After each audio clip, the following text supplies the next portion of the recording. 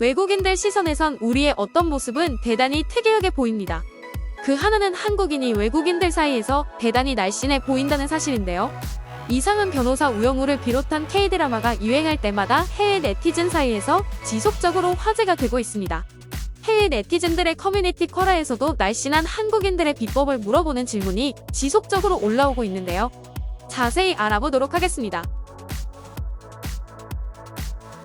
우영우를 비롯한 K드라마의 인기에 힘입어 해외 K드라마 팬들 사이에선 한국인들의 슬림한 체형이 지속적으로 화제가 되고 있습니다.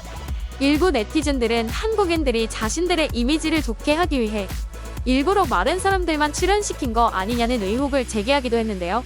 이런 의혹은 한국을 직접 방문해본 네티즌에 의해 즉각 반박되었습니다. 우리 시각에선 한국인이 날씬하다고? 싶으신 분도 있으실 것 같은데요. 우선 한국은 해외와는 비만의 기준부터 다릅니다. 우리나라는 BMI 25 이상을 비만 1단계로 분류하는 반면 해외에서는 BMI 30 이상을 기준으로 비만을 구분하는데요. 조금 뒤에 살펴볼 월드 파퓰레이션 리뷰가 제시한 비만율 통계는 더욱 충격적입니다. 더욱 놀라운 사실은 한국은 세계에서도 많이 먹는 대식가로 알려진 민족인데요. 많이 먹으면서도 날씬한 체형을 유지하는 것이죠. 어떻게 그게 가능했을까요? 먼저 월드 파퓰레이션 리뷰가 제시한 통계를 자세히 살펴보도록 하겠습니다. 조사에 따르면 세계는 평균적으로 19.9%가 비만이라고 합니다. 다시 말해 10명 중 2명이 비만이라는 것인데요. 세계에서 가장 비만이 많은 나라는 어디일까요? 나우루, 쿡, 아일랜드, 사모아 등 소규모 섬 나라들이 가장 비만율이 높은 것으로 집계되었습니다. 우리들이 잘 아는 나라 중에서는 쿠웨이트, 미국, 요르단, 사우디아라비아, 카타르 등이 비만율이 가장 높은 국가에 속했습니다. 미국을 제외하면 전부 중동 국가들로 보이는데요. 아무래도 원유 덕분에 배에 기름칠 좀 해둘 수 있었던 것 같습니다. 믿기 어렵지만 이들 모두 비만율이 35%가 넘는 대단히 높은 수준을 보였는데요. 이는 국민 3명 중 1명이 비만에 시달리는 이야기라는 뜻입니다. 미국에 처음 가보는 사람들은 미국인들 사이에 비만인이 많다는 사실에 놀랍니다. 미국에선 비만이 대단히 심각한 사회적 문제라고들 하는데요. 각종 미국 매체에선 도전적이고 진취적인 미국인들의 모습만 다루지만 그 이면에는 그렇지 못한 미국인들이 더 많습니다. 워낙 경쟁이 심한 사회이다 보니 이에 지쳐 아예 도전을 포기하고 무력한 모습을 보이는 미국인들이 많은 것이죠. 카우치 포테이토는 소파에 앉아 과자를 먹으며 TV만 보면서 하루하루를 무력하게 보내는 미국인들을 지칭하는 단어로 어두운 미국 사회의 한 단면을 보여줍니다. 우영우 같은 K드라마는 외국의 서남소녀만 출연하는 드라마들과 달리 평범한 외모의 배우들도 조연부터 주연까지 다양한 배역으로 출연하는데요. 이들 중에 체격이 큰 사람들도 있지만 대부분은 정상 체중 내에 있습니다. 이쯤 보면 미국인으로서는 일부러 정상 체중인 사람만 골라 넣었다는 의혹이 생길 법도 한 것 같은데요. 그런데 세계에서 가장 비만율이 낮은 나라는 어디일까요? 그것은 바로 한국이 아니라 베트남입니다. 베트남의 비만율은 2.1%로 비만인 사람은 희귀종인 수준인데요. 비만율이 낮다고 좋아할 일만은 아닙니다. 베트남인들은 반대로 저체중에 시달리는 실정이거든요. 2022년 기준 베트남인들은 성인 중 14.8%가 저체중이라고 합니다. 7명 중 하나가 저체중에 시달리고 있어 다른 나라 사람들과는 정반대의 문제를 겪고 있죠. 이분들은 먹는 양을 좀 더 늘리셔야 할 듯한데요. 아무래도 최근 경제적으로 어려움을 겪는 만큼 그 여파가 식생활에까지 영향을 주고 있는 듯 싶습니다. 한편 한국인의 비만율은 4.7%로 저체중 문제를 앓지 않으면서도 대단히 준수한 수준입니다. 선진국 중에서는 일본 다음이라고 하는데요. 이는 캐나다, 호주, 영국, 독일, 프랑스 같은 서구 선진국들에 비해서도 독보적으로 낮은 수준이라고 합니다. 한편 일본은 소식으로 유명한 나라라서 비만인이 적은 이유가 납득이 갈 법도 한데요. 반면 한국은 대식가들이 많은 나라이죠. 이제 민속 콘텐츠가 돼버린 먹방이 원조인 한국인데요. 음식 하나를 주문하면 수많은 반찬들이 뒤따라오는 것도 한국 특유의 문화고요. 그런데 왜 한국은 비만인이 적을까요?